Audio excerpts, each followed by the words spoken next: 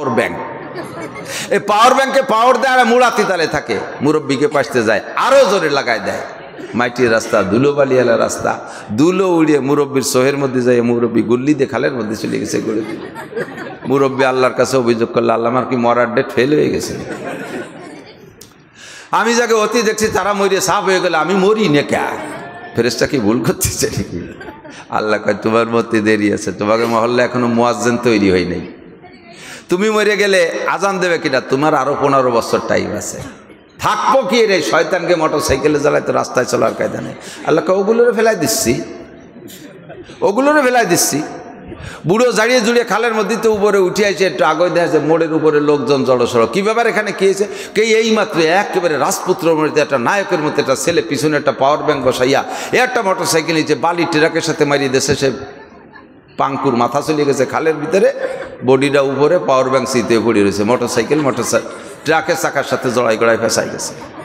বুড়ো এসে কাজে আরে আল্লাহ, এই মাত্রই তো আমার এইভাবে খালের মধ্যে ফেলাই দিয়েছে। আল্লাহ তুমি দোয়া এত তাড়াতাড়ি কবুল করো, তা জানলি তো দোয়া করতাম না। দোয়া মানে বদদোয়া। তুমি দোয়া বদ্ধ এত তাড়াতাড়ি কবুল করো। হ্যাঁ যুবকরা, হাসে উড়াই দিস না, মনে রাখিস বিশ্বরটা কিভাবে এইভাবে ভিলিক ভিলিক দিয়ে চালাতি তালে থাকে। মরে যাবি, পড়ে যাবি, তুই বাইসে থাক। তুই আবার গোপালগঞ্জের সন্তান, তুই আবার ফরিদপুরের সন্তান, তুই আমার বাংলাদেশের সন্তান। তুই বেঁচে থাকবি, একদিন ডিসি হবি। গোপালগঞ্জের বর্তমান ডিসির মতো একটা ডিসি হ। আজকে দেখছেন না ফেসবুকে, গোপালগঞ্জ থেকে ঢাকা যাওয়ার জন্যে রেল লাইনের আবেদন করছে স্যার রেলমন্ত্রী, রেল উপদেষ্টার কাছে, যে আমাদের গোপালগঞ্জ থেকে ঢাকা যাওয়ার জন্য রেল। আগে কেউ বলে নাই, রেল লাইন বানায় গেছে তো আমাদের বিগত সরকাররা, তাদেরও প্রশংসা করব না তা না। বাকি ইনি যে রেল লাইন ঢাকা পর্যন্ত একটা লাইন দাবি করছে, এনাকে চেনেন? ডিসি সাহেবরা দেখেন নাই আপনারা, চেনেন না। আমি প্রশংসা, তার নাম আসলে প্রশংসা না করে পারি না। আল্লাহু আকবার। আপনাদের এই মোকশেদপুর এসে ফজরের নামাজ পড়ে, গোপালগঞ্জ থেকে রওনা দিয়ে রাত্রে মোকশেদপুর আইসা এক মসজিদে এক মাদ্রাসায় ফজরের নামাজ পড়ে, পরিচয় দেন আমি ডিসি। ওই টুঙ্গিপাড়া যে ফজরের নামাজ পড়ে, ওই কোটালীপাড়া যে ফজরের নামাজ পড়ে, কাইসেন ভেটিপাড়ার মোড়ে এসে ফজরের নামাজ পড়ে। যেই লোকটা এত দূরে এসে ফজর পড়ে, সেই লোকটা নিশ্চয় তাহাজ্জুদ পড়ে রওনা দেশে। সে তাহাজ্জুদ মিস করে না। তার ঘরের ভিতরে ডাইনিং টেবিল নাই, দস্তারখানে বিছে খানা খায় আমাদের গোপালগঞ্জের ডিসি। আল্লাহ তাআলা তাকে সুস্থতার সাথে হায়াত দারাজ করুক, বলেন আমিন। আল্লাহ তাআলা আরো তার পদমর্যাদা দান করুক, জাতির সঠিক সেবা করার তৌফিক দিক। ধর্মীয় প্রতিষ্ঠান যতগুলো আছে সবগুলোর প্রতি খুব সুদৃষ্টি রাখে। এরকম একটা নেক সন্তান হবে, এই দোয়া তোমার জন্য করি। তুমি যেভাবে চলতেছো, তোমার চলা দেখে শয়তানও বমি হয়ে দেয়, লজ্জা পায় যে ইয়ে কোন সাড়ে শয়তান পায়, আমি তো খালি শয়তান, ওটা দিয়ে সাড়ে শয়তান। তুমি বড় হতে পারবা না। তোমার উস্তাদ, তোমার মাস্টার রাস্তা দিয়ে হেঁটে যাচ্ছে আর তুমি মোটর সাইকেল চালাই যাচ্ছ, আদবের সাথে পাশে দাঁড়াবা। আইসে গেলে কথাটুকু কয়ে যাই, সব দিন সব কথা আসে না। পাশে দাঁড়াইয়া স্লো করে, তোমার উস্তাদ চেনো, যেহেতু তুমি এখন বিশ্ববিদ্যালয়ে পড়ো, উস্তাদ এখনো সেই প্রাইমারির মাস্টার। তুমি পাশে যে স্লো করে ব্রেক করে একবার গিয়ার মাইনাস করে দিয়ে নিউট্রাল করে তুমি স্ট্যান্ড করে দাঁড়ায় যাবা, সালাম দেবা, আসসালামু আলাইকুম স্যার, কেমন আছেন? তোমাকে তো চিনছি না, তুমি কে? স্যার আমার নাম আব্দুর রহমান, আমি তো আপনার কাছে প্রাইমারিতে পড়েছি স্যার। তোর বাপের নাম কি? আমার আব্বার নাম আব্দুর রহিম। আব্দুর রহিম কোন গ্রাম? ওই গ্রাম। কোন পাড়া? ওই পাড়া। ও তুই সেই আব্দুর রহমান, কি করো বাপ? স্যার আমি ঢাকা বিশ্ববিদ্যালয়ে পড়ি। তুমি তাই এখানে দাঁড়ালে কে? স্যার আপনি আমার স্যার না, আপনি আমার উস্তাদ না। স্যার আমি তো একটু আব্বার জন্য ওষুধ আনতে যাবো, তো আমি কি যাবো স্যার? অনুমতি হবে? আমি কি যাবো নাকি স্যার আপনাকে আমি একটু মোটর সাইকেলে আগাই দিই? তুমি এই 3-4টে কথা বলবা, স্যার ওই জায়গায় দাঁড়ায় দেখবা যে তোমার যদি এক বস্তা দোয়া ঢেলি দিছে। আল্লাহ তুমি আব্দুর রহমান রে বাংলাদেশের শ্রেষ্ঠ অফিসার বানাও, তার সর্বোচ্চ মাকামে পৌঁছে দাও। তো তুইও ভালো, তোর মাও মনে হয় ভালো, তোর আব্বা ভালো তা তো জানি, তোর দাদাও ভালো ছিল, তোর নানা নানিও ভালো, বংশ ধরে প্রশংসা করে। প্রত্যেকটা কথা আরশে আজিমে পৌঁছে যায় তোমার উন্নতির জন্যে। আর তুমি সেই জায়গা যদি ধুম করে মোটর সাইকেল চালাইয়া আর স্যারের দিক ভ্যাকসিন দেবে, ও স্যার আইজো আইটি বেড়াচ্ছ, আমি দেখো মোটর সাইকেলে যাই। স্যার কয় যা দেখি কদ্দুর জাতি বাড়িস, যাইয়ে ট্রাকের সাথে বাড়ি খেয়েছি তো পড়ি যাওয়া। হেসে উড়োই দিয়ে কথা শেখো, আদব শেখো। আদব তাজ ইস্তেআজ লুৎফে ইলাহি বেনে বরসার বেরো হার যা কে কাহি। আল্লাহু আকবার। আদবের তুমি মাথায় পরে যে জায়গা যাবা সেই জায়গা সম্মান স্নেহ ভালোবাসা পাবা। বেয়াদবি যে জায়গা যেই করবা পরিচয় দেয়া লাগবে না, আমরা গোপালগঞ্জে বেয়াদব, আমরা বাংলাদেশি বেয়াদব, আমরা ফরিদপুরে বেয়াদব, আমরা নোয়াখালী বেয়াদব, পরিচয় দেয়া লাগবে না। বেয়াদবি করবা আর জুতোর বাড়ি খাইতে থাকবা। ঠিক কিনা? মেয়েরা মায়ের সাথে আদবের ব্যবহার করবা, উস্তাদের সাথে আদবের ব্যবহার করবা, শ্বশুর শাশুড়ির সাথে পুত্রবধূ যারা আছো আদবের ব্যবহার করবা। বাপের বাড়ি থেকে চলে আসো শ্বশুর বাড়ি, যতদিন বাপের বাড়ি ছিলে অবিল ওয়ালিদাইনি ইহসানা এই আয়াতের পরে আমল করবা। আব্বা মার অধীনে যতদিন থাকবা অতদিন আব্বা মাকে তোমার মাথার তাজ মনে করবা, তাদের সেবা খেদমত করবা, আব্বারে গোসল করাই দিবা, মারে গরম পানি করে দিবা, মায়ের রান্না বান্নার সহযোগিতা করবা, সংসারের কাজ কাম করবা, লেখাপড়া তো করবাই করবা, আদব আর আদর্শ শিখবা। আবার যখন শ্বশুর বাড়ি আসবা এবার শ্বশুর শাশুড়ি যে তুমি আব্বা মা বানাই নিবা, নিজের বাপরে যেমন শ্রদ্ধা করেছো শ্বশুরকে সেরকম করবা, শ্রদ্ধা সম্মান করেছো ভালোবাসা দিয়েছো শাশুড়িকে সেরকম করবা। এই বাড়ি আসার পরে শ্বশুর শাশুড়িকে যদি সম্মান শ্রদ্ধা করো তাহলে তাদের দুয়ায় তোমার পেট থেকে আল্লাহ তাআলা নেক সন্তান দান করবে। তুমি কাউসার মতো কালা, দেখবা যে তোমার পেটের থেকে চাঁদের মতো দলা বাচ্চা পয়দা আসছে। তুমি শ্বশুর শাশুড়িতে ভুলোই ফেলাইছো। প্রত্যেক সপ্তাহে 2 দিন শ্বশুরে গরম পানি করে গোসল করাই দাও, শাশুড়িরে তুমি রান্না বান্নায় যেতে দাও না। সব কাজ আম্মা আমি আপনাদের বাড়ি আসছি, আপনি এখন থেকে রিটার্ন, আমি এই বাড়ির জিম্মাদার, আপনার যা লাগবে সব আপনি বলবেন, সব আমি করব। এভাবে শাশুড়িরে রিটার্ন করে দাও, কাজগুলো তুমি করো, শ্বশুরের খেদমত করো। শ্বশুর শাশুড়ি রাতের বেলা তোমার জন্য দোয়া করবে। তুমি গর্ভবতী আর তোমার চেহারা কালো, যে মেয়েদের চেহারা একটু কম হয় ওই মেয়েরা মোটামুটি একটু নম্র হয়, ভদ্র হয়, সে মেয়েগুলো শ্বশুর শাশুড়ির কাছে দুর্বল থাকে। আর যাদের চেহারা বেশি তারা খালি পাঙ্কু দিয়ে বেড়াতে থাকে, খালি ঘোড়ার মতো দৌড়তি তালে থাকে, বাজার করবে, হাট করবে, মার্কেট করবে, কোথাও মানে ঘরে বসতে চায় না। আর কি অহংকার! এই কালো মহিলাটা শ্বশুর শাশুড়ির এইভাবে পর্যাপ্ত খেদমত করে। শ্বশুর শাশুড়ি দোয়া করে, আল্লাহ আমার অমুক বউ, আল্লাহ তার পেটে একটা বাচ্চা, আল্লাহ আমার বউবা একের কাউসার মতো কালা, বাচ্চাগুলো যদি কালা হয় বেশি খাবে কি এরিয়া, আল্লাহ তোমার মায়ের যদি আমার সোনামণির একটা ভালো একটা চাঁদের মতো একটা বাচ্চা দিও। অমন কালা ভোর পেট দিয়ে দেখা গেলো এক করে নায়কের মতো ফুটফুটে চাঁদের মতো বাচ্চা একটা হয়েছে। এই শ্বশুর শাশুড়ির দোয়া নিবা। বেয়াদবি করবা তো কপাল পড়বে জন্মের পোড়া। আল্লাহ বাসালি তুমি যা করতেছো তার সাথে কয়েক গুণ বেশি পাবে ইনশাআল্লাহ। কতক্ষণ ঠিক না? সব জায়গায় প্রমোশন হচ্ছে, ডিমোশন আর কোনো জায়গা হচ্ছে না। মানে আকামেরও প্রমোশন, কুকামেরও প্রমোশন হচ্ছে, ভালো কাজের প্রমোশন খুব একটা হচ্ছে না। তোমরা জন্ম নেছো যে হালাতে, তোমাদের বাচ্চা জন্ম নেছে তার চাইতে একটু উন্নতি হালাতে। কতক্ষণ মুরব্বীরা, আমরা জন্ম হয়েছি কীভাবে? আমাদের দাদিরা, নানিরা, আমাদের ফুফুরা তারা আমাদেরকে ওই সালাই দিয়ে ধরিয়ে, খেতায় দিয়ে ধরিয়ে নামাইছে, ঠিক না? কিন্তু ইদানিং বাচ্চা জন্ম হচ্ছে কম্পিউটারের মধ্যে। কথা কয় না? কোন জায়গা? কম্পিউটারের ভিতরে, ইসিজি আল্ট্রাসোনো মেশিনের ভিতরে জন্ম। আল্লাহ বাসালি তোমাদের বাচ্চা জন্ম নেবে ওই ইসিজি আল্ট্রা এই হেলিকপ্টারে জন্ম নেবে। এদেশের কি হয়, ডেলিভারি হয় নাই, ঢাকা নিয়ে যেতে হবে, ফোন দিয়ে হেলিকপ্টার আনবা, হেলিকপ্টারে উঠানোর সাথে সাথে উপরে তার মধ্যে ডেলিভারি হয়ে যাবে। কাজেই তোমাদের সব কিছুর ভিতরে উন্নতি আসতেছে, বিয়াদবির মধ্যে উন্নতি আসতেছে। তুমি যে পরিমাণ করবা তার সে কয়েক গুণ বেশি পাবা। আল্লাহ তাআলা ইবলিসকে কয় যে চুপ করে থাকতেই, ইবাদত বন্দেগী না করছিস, বিয়াদবি কেন করলে এই জন্য থাকতেই পারবি না। ফাখরুজ, বের হ, জান্নাত থেকে বের হ, বহিষ্কার। ফাইন্নাকা রাজিম, তুই চিরবিতাড়িত, চিরমর্দুদ, বের হয় এখান থেকে। বের করে দিয়েছে। আল্লাহ এই প্রতিদান কি দিবা? আল্লাহ কয় চাইবি 2টা জিনিস পাবি না খালি।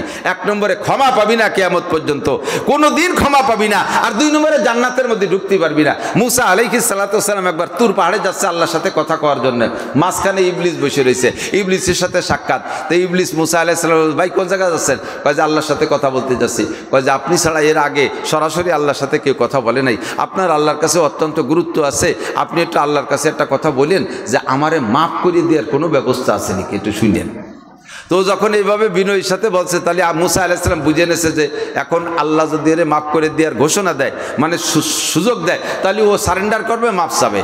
তো যাই আল্লাহ পাক রব্বুল আলামিনের সাথে কথাবার্তা পরে বলছে, আল্লাহ আজকে ইবলিসের সাথে দেখা হয়েছিল, ওর তো মনের অবস্থা ভালো দেখলাম, ও তো নরম নরম বাপ, তওবা করা বাপ, ওরে কি মাফ করা যায়? হ্যাঁ মাফ করার 24 ঘন্টা মাপের দরজা খোলা। ওরে যাইয়ে বলো যে শুধু আদমরে তো ডাইরেক্ট সিজদা দাও নাই, ওই জায়গা অমুক জায়গা আদমের কবর আছে বাইতুল মুকাদ্দাসের পাশে, তার কবরে একটা সিজদা দিলি মাপ। মুসা আলাইহিস সালাম তো মনে মনে ভাবছে যে একটু কি আরো নামাইনি পারে নাকি। আইসে বলতেছে, ভাই হয়ে গেছে, সব কাজ ওকে, তুমি শুধুই আদম আলাইহিস সালামের কবরে একটা সিজদা দেবা, তাতেই সব হয়ে যাবে, ক্ষমা হয়ে যাবে। ও কয় যে ওই দিয়ে বাদ দিয়ে কথা কও। যেই আদমের সরাসরি সিজদা দেনি সেই আদমের কবরে সিজদা দেব। আমাকে বিশ্ব ভূমণ্ডল সুদর্শন পরিবেশ দেখার জন্য কেমন সুন্দর দূরে হেডলাইট দূরে চক্ষু দিয়ে দিয়েছে, জগতের এত মাইল প্রেস বোঝার জন্য কেমন সুন্দর আল্লাহ তাআলা ব্রেন দিয়েছে, আমার গায়ের স্কিনটা চামড়াটা কত সুন্দর করে দিয়েছে, দেখার জন্য শরীরের ভিতরে কত সুন্দর সুন্দর অঙ্গ প্রত্যঙ্গ দিয়ে সাজায় রেখেছে। আল্লাহ পাক রব্বুল আলামিন বলেন, বান্দা তোমার পিছনে এত কিছু খরচ করলাম, এরপরে কি আমি তোমার থেকে কি কোনো আশা করতে পারি না? আমি তোমার সৃষ্টি করেছি, আমার কি কোনো উদ্দেশ্য থাকতে পারে না? জি আল্লাহ, তোমার অবশ্যই উদ্দেশ্য থাকতে পারে। বলো তোমার উদ্দেশ্য কি? আল্লাহ পাক শর্টে উদ্দেশ্য বললেন, ওমা খালাকতুল জিন্না ওয়াল ইনসা ইল্লা লিয়াবুদুন মা উরিদু মিনহুম মির রিজকিন ওয়া মা উরিদু আন ইউতঈমুন। তোমাদের থেকে আমি রিজিক চাই না, তোমাদের থেকে আমি খাবার চাই না, তোমাদের থেকে মাসে মাসে ইনকাম ট্যাক্স চাই না, বাৎসরিকভাবে ইনকাম ট্যাক্স চাই না, তোমরা আমার অ্যাকাউন্টে টাকা ঢুকিয়ে দিবা এ কিছুই চাই না, তোমরা আমার জন্য রান্না করে মসজিদের দরজায় খাবার রেখে আসবা, আমি 3 বেলা খেয়ে আসবো, এই উদ্দেশ্যে তোমাদেরকে বানাই নাই। তাহলে কেন বানাইছো? কয় ওমা খালাকতুল জিন্না ওয়াল ইনসা ইল্লা লিয়াবুদুন, দুইটা জাতিকে একমাত্র আমার ইবাদতেরই জন্য বানাইছি, একমাত্র আমার একমাত্র আমার ইবাদত। জোরে বলেন কিসের জন্য? কিসের জন্য? আল্লাহ পাক আমাকে বানাইছে কিসের জন্য? ইবাদতেরই জন্য। কথা বলেন। জানতে চাইলাম আল্লাহ ইবাদত কতক্ষণ করতে হবে? ইবাদত তো করি, এর একটা টাইম বলো, পরিমাণ কতটুক? আল্লাহ পাক রব্বুল আলামিন বলেন, ওয়াবুদ রাব্বাকা হাত্তা ইয়াতিয়াকাল ইয়াকিন। তোমার ইবাদত চলতে থাকবে ইয়াকিন আসার আগ পর্যন্ত। ইবাদত করবে কতদিন? ইয়াকিন আসার আগ পর্যন্ত। ইয়াকিনের তর্জমা বোঝেন। ইয়াকিন মানে গাঢ় বিশ্বাস, দৃঢ় বিশ্বাস, যেইটার উপরে কোনো সন্দেহ থাকে না তাকে বলা হয় ইয়াকিন। বোঝেন কথা? তোমার ইয়াকিন আসার আগ পর্যন্ত ইবাদত করবা। কিসের ইয়াকিন? দুনিয়ায় করোনার পর তোমার গাঢ় বিশ্বাস নেই, আমি চোখে আঙ্গুল দিয়ে ধরাই দিতে পারি। জান্নাত আছে কি নাই? একটু কারণ জান্নাত আছে, গাঢ় বিশ্বাস আছে? মিথ্যা কথা। জাহান্নাম আছে, গাঢ় বিশ্বাস হয়? মিথ্যে কথা। সবাই মিথ্যে কথা, আমিও মিথ্যে কথা কইতেছি। জাহান্নাম আছে যদি গাঢ় বিশ্বাস হয়, তাহলে জাহান্নামের কাজগুলো আমি বুঝে শুনে কেন করি? জান্নাত আছে এর উপরে যদি আমার গভীর গাঢ় বিশ্বাসই থাকতো, তাহলে জান্নাত পাবো যে কাজ করলে সেই কাজগুলো কেন ছাড়ি? জান্নাতে যাইতে হলে নামাজ লাগে, রোজা লাগে, হজ লাগে, যাকাত লাগে, ফরজ লাগে, ওয়াজিব লাগে, সুন্নাত লাগে, মুস্তাহাব লাগে, টুপি লাগে, দাড়ি লাগে, পাগড়ি লাগে, ঢিলা লাগে, কুলুক লাগে, মেসওয়াক লাগে, দস্তরখান লাগে, হালাল খাওয়া লাগে, পর্দা করা লাগে, সৎ ভাষ্য সত্য কথা বলা লাগে। এগুলো সব জান্নাতে যাওয়ার আমল। এগুলো কয়জনে সম্পূর্ণ করি? এগুলো কয়জনে করি? আর জাহান্নামে যাই। জাহান্নামে যাওয়ার কারণ হলো সুদ খাও, ঘুষ খাও, চুরি করো, ডাকাতি করো, লুচ্চবি করো, মদ খাও, গাঁজা খাও, ইয়াবা খাও, ফেন্সিডিল, হিরোইন খাও, ভাং খাও, বেড়াকে যাও, অ্যাডান্সে যাও, কারিতাস, বিয়ার দেবী, শনির বাস, জাগরণী চক্র, আশা, প্রশিকা, গ্রামীণ ব্যাগ, দাড়ি চাষো, দাঁড়াই মতো, খাড়াই খাও, হাইটে হাইটে পায়খানা করো, বেবিচার করো, টোন মারো, মন মারো, রাস্তা মারো, খাল মারো। কত কব? এই সব কাজগুলো হলো জাহান্নামে যাওয়ার কাজ। কথা কন। জাহান্নাম আছে? জাহান্নাম আছে? শতভাগ বিশ্বাস হয়? তাহলে জাহান্নাম আছে শতভাগ বিশ্বাস যদি হয়, আর এই শতভাগ বিশ্বাস হওয়ার পরে জাহান্নামে যার কাজগুলো করেন, এতে কি প্রমাণ করে যে আপনার জাহান্নামের উপরে শতভাগ বিশ্বাস নাই, গাঢ় বিশ্বাস নাই, যেভাবেই বলেন না কেন। খেয়াল করেন, আমার হুজুর হযরত মাওলানা আকিল আলী সাহেব হুজুর রহমাতুল্লাহ আলাইহি বলতেন, হুজুর বলতেন যে ঈমান কারে কয়? এদিক তাকান, ঈমান বোঝেন। ঈমান কাকে বলে? তওবা করা কাকে বলে? তওবা করা কাকে বলে? হুজুর একটা উদাহরণ দিতেন। হুজুর বলতেন, 2 চাচতো ভাই একই দিনে জন্ম নেছে, এই কারণে 2 ভাইয়ের ভিতরে খুব গাঢ় বিশ্বাস, মানে মুহাব্বত। 2 ভাইয়ের ভিতরে গাঢ়, একই দিনে তাদের জন্ম, চেহারার ভিতরে অনেকটা চাচতো ভাই হিসেবে মিল আছে, 2 জন একই সাথে বলে উঠছে, 2 জনের ভিতরে সে জন্ম তারিখ হিসেবে মিল থাকার কারণে বন্ধুত্বতা খুব বেশি, বড় হয়ে গেছে 2 জন, খুব গলায় গলায় চলে। হঠাৎ করে 2 জনে এত মিল যে একজনের পোশাক আর একজন পরে, একজনের পোশাক আর একজনের পরে, এভাবে পড়ে। তো আপন 2 চাচতো ভাই, ইতিমধ্যে 2 ভাইয়ের ভিতরে, 2 চাচতো ভাইয়ের ভিতরে লেগে গেছে কঠিন গ্যাঞ্জাম। এমন গ্যাঞ্জাম, এতদিন যেমন ভালোবাসা ছিল, গ্যাঞ্জামটাও হুবহু তেমন হয়ে গেছে। এখন যে যারে পায় তারে দাউ কুমড়ো পারলেই মেরে ফেলাই দেয়। তো এইভাবে মুরব্বীরা আবার এদের এই গ্যাঞ্জামটা জানে না, 2 জনে গোপনে গোপনে উৎপাতে যে কারে কখন পিটেবে। তার ভিতরে একজন আজকে প্ল্যান নেছে, শীতকালের দিন যে ওরে আজকে শোয়াই ফেলা দেবো পিটাইয়া। কিভাবে মারবে? ও তো মাগরিবের নামাজ পড়িয়ে এইভাবে এই দোকানে যায় চা খাতি। তো ওই যাওয়ার পথে মাঝখানে একটা রাস্তার পাশে একটা ঝোপ আছে, ওর মধ্যে বসে থাকবো, লাঠি একটা নিয়ে গেছে যে এখান দিয়ে মারবো। আর ওরে চেনবো কি করে? মাগরিবের পরে তো অন্ধকারের সময়। চেনার নিয়ম হলো ওর একটা চাদর আছে, ওই চাদর গাই দিয়ে ওই জায়গায় দিয়ে যায়। শীতকালের দিন তো ওই শাল গাই দিয়ে যায়, ওই শাল দেখে পিটেবে। এখন ও এইভাবে প্রস্তুতি নেছে, ওরে পিটেবে বিদায়। কিন্তু ওই স্বাস্থ্য ভাই আবার ওই দিন জ্বর, স্বাস্থ্য ভাই যারে মারবে তার জ্বর, ও ল্যাব গাইতে শুয়ে রয়েছে। এখন যে মারবে তার বাপ ওই ভাইয়ের মিটারের কাছে, নান্টু তোর চাদরটা দিদি একটু নামাজ পড়ি আসি, তোর চাদরটা দে একটু নামাজ পড়ি আসি। তো কাজে কাকা ওই আলনার পর রয়েছে, নিয়ে যান। মুরব্বীরা তো জানে না গেঞ্জাম, ও তো ঠিক আছে। তো শাল, সেই বাড়ি বিটার শাল আলনার বাড়িতে নিয়ে গায়ে দিয়ে নামাজ পড়িয়ে উনি ওই জায়গায় দিয়ে গুড়ি পায় সেই দোকানে চা খাইতে যাচ্ছে। ও তো শাল দেখে বাড়ি হবে, সন্ধ্যের সময় তো আর মুখ দেখতে পারতেছে না। এই যে সেই শাল যায় কই, এই মারি দিছে, এক বাড়ি দিলি শীতে বলে, ওরে কে কোথায় আছিস, আয় আমারে ধর। কেটা যেন পিটাইছে, যারে ধরতি জনে ডাকছে ওনার ছেলেরই তো আগে ডাকবে, এ কামাল কোথায় আসিস। ওই স্বাস্থ্য ভাইয়ের নাম জামাল আর ওর নাম হলো কামাল। এ কামাল কোথায় আসিস, আগেও আমার কে যেন পিটে। কামালই তো বড় হয়েছে, আর কত এগোবে। এখন বলেন তো প্রথম বাড়িটা দেশে কাকে? প্রথম বাড়িটা কারে দেশে? স্বাস্থ্য বাইরে দেশে। প্রথম বাড়িটা কারে দেশে? না বুঝিয়া স্বাস্থ্য বাইরে দেশে। কিন্তু বাড়িটা লাগছে কার গায়ে? বোঝা গেছে কখন? বাড়ি দেওয়ার পরে, সিল্লেনি দেওয়ার পরে, ঠিক না? তো যখন সিল্লেনি দেশে যে অমুক আয়, তখন বুঝতে পারছে এটা আব্বারে পিটাইছি, স্বাস্থ্য বাইরে পিটাই নেই। 2 নম্বর বাড়ি কি দেবে? দ্বিতীয় বাড়ি আর দেবে? ওর প্ল্যান ছিল বাড়ি ভেসে বেলা দেবে, মারি বেলায় দেবে। কিন্তু এক বাড়ি দেওয়ার পরে যখন প্রমাণ হয়েছে যে আব্বার গায়ে বাড়ি দিছে, স্বাস্থ্য বাইরে পিটাই নেই, আর পিটেন দেবে না। এর নাম হলো তওবা। এর নাম কি? তওবা। এই যে বুঝ হলো যে পিটেনটা দিছে আব্বার গায়ে, স্বাস্থ্য ভাইয়ের গায়ে না, এর নাম হলো ঈমান। তুমি যতদিন পর্যন্ত অন্যায় করে যাচ্ছ,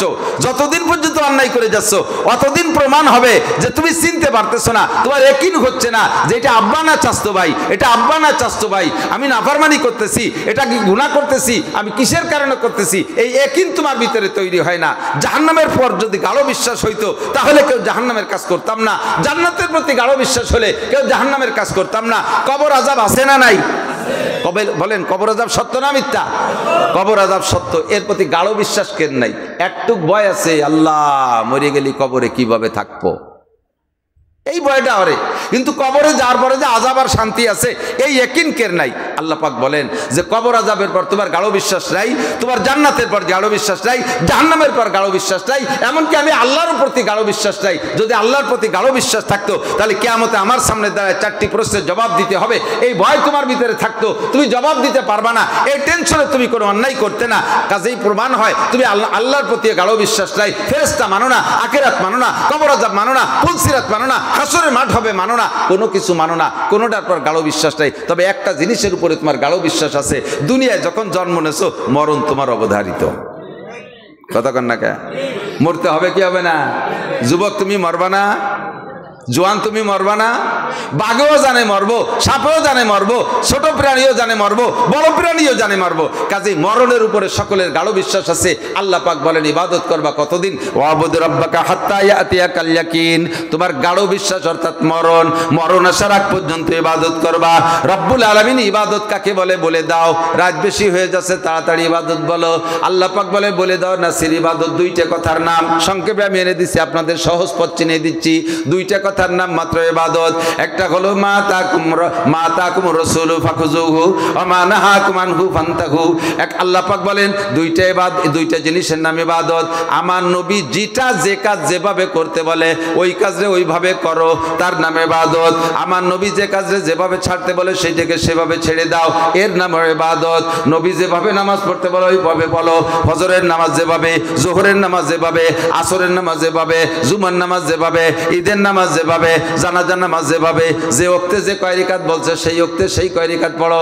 রোজা যখন রাখতে বলে তখন রাখো, যখন নিষেধ করছে তখন ছেড়ে দাও, তাহলেই হবে ইবাদত। কথা বলেন?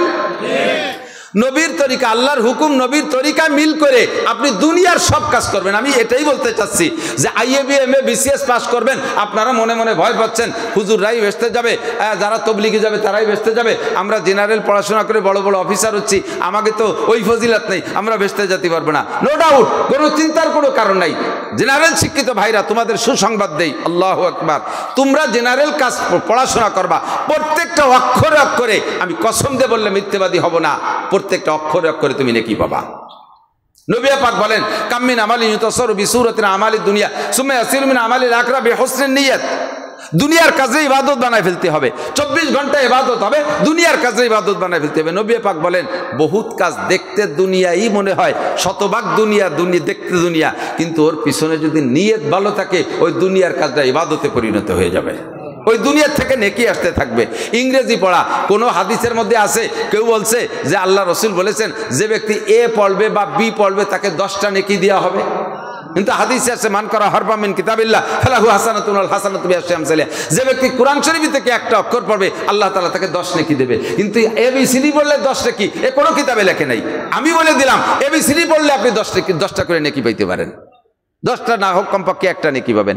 কেন? আপনি ইংরেজি পড়ার পিছনে যুবকরা নিয়ত রাখো, যদি আল্লাহ তাআলা আমাকে বিসিএস ক্যাডার বানায়, আমি যদি সরকারি অফিসার হতে পারি, আর আমি যদি প্রশাসনিক বিভাগ যেতে পারি, তাহলে আমাদের গোপালগঞ্জের ডিসি সাহেব যেমন, এরকম আরও বহুত অফিসার আছে, আমি এরকম একজন ডিসি হব, আমি এরকম একজন এসপি হব, আমি এরকম একজন ওসি হব, আমি এরকম একজন টিএনও হব, এরকম একজন অফিসার হব, যার দ্বারা আমার দ্বারা এই এলাকার ভিতরে কোনো ঘুষ হবে না, দুর্নীতি হবে না, আমি জাতির হক সঠিকভাবে বুঝে দেব, আমার অধীনস্থদের ঘুষ খাইতে দেব না, আমি নিজেও ঘুষ খাবো না। এই নেক নিয়ত করে তুমি ডিসি এসপি হবা, আর সেভাবে তোমার অফিসটা পরিচালনা করবা, তাহলে তুমি সেই নিয়তের কারণে যেদিন থেকে নিয়ত করছো সেই দিন থেকে অফিসার হওয়া পর্যন্ত, কর্মজীবন পর্যন্ত যতগুলো অক্ষর ইংরেজি বাংলা অঙ্ক পড়বা, প্রত্যেক হরফে হরফে তোমাকে নেকি দেওয়া হবে। পক্ষান্তরে কাম্মিন আমালিন ইউতাসারু বিসুরাতিন আমালিল আখিরা সুম্মা ইয়াসিরু মিন আমালিদ দুনিয়া বিসুইন নিয়াত। অনেক কাজ আছে দেখতে আখিরাত মনে হবে, অথচ তার পিছনে নিয়ত খারাপ হইলে ওটা দুনিয়ায় পরিণত হয়ে যায়, কোনো নিয়ত, কোনো সওয়াব পাবে না। আমি যদি মাওলানা হতে পারি তাহলে আন্তর্জাতিক খ্যাতিসম্পন্ন বক্তা হব, এইভাবে মাসে মাসে 1.5 লাখ 2 লাখ টাকা করে আমি কামাই করব, বড় বড় বক্তাদেরকে হেলিকপ্টারে আনতেছে, আমি এইভাবে প্রোটোকল দিচ্ছে, নারায়ে তাকবীর দিচ্ছে ইত্যাদি, আমি সেগুলো অর্জন করব। এই নিয়ত করে তুমি বড় আলেম হবা, বক্তা হবা, ওয়াজও করবা, তোমার ওয়াজে অন্য মানুষ হিদায়াত পাবে, তুমি ওয়াজে একটা নেকিও পাবা না। তোমার উদ্দেশ্য ভালো না, তোমার উদ্দেশ্য ভালো না। তুমি ধোঁকা দিয়ে ভোট কালেকশন করে তারপরে যাইয়ে সংসদে যাইয়ে উল্টো পাল্টা করবা, ও আল্লাহ মনের খবর ভালো করে জানে। কথা বলেন জানে কি জানে না? এজন্য তোমার নিয়তের খবর আল্লাহ ভালো জানে, নিয়তটাকে সহি করো। হুজুর বলে নাকলিস দীনাকা ইয়াকফিকাল আমালুল কলিল, তোমার নিয়তকে, তোমার দিনকে তুমি ফ্রেশ করো, তাহলে তুমি অল্প আমলি নাজাতের জন্য যথেষ্ট হয়ে যাইবে। এখন আমার ইবাদতটা হইতে হবে, দৈনন্দিন সব কাজ করতে হবে ইবাদতমুখী। ব্যবসা বাণিজ্য করবেন সেটাও আল্লাহ রসুলের হুকুম আর আল্লাহর হুকুম নবীর তরিকা অনুযায়ী। বিবাহ শাদী করবেন আল্লাহর হুকুম নবীর তরিকা অনুযায়ী। আপনি লেখাপড়া করবেন আল্লাহর হুকুম নবীর তরিকা। জমি খাত করবেন আল্লাহর হুকুম নবীর তরিকা ওর মধ্যে আছে। সব জায়গা সর্বক্ষেত্রে বৈধ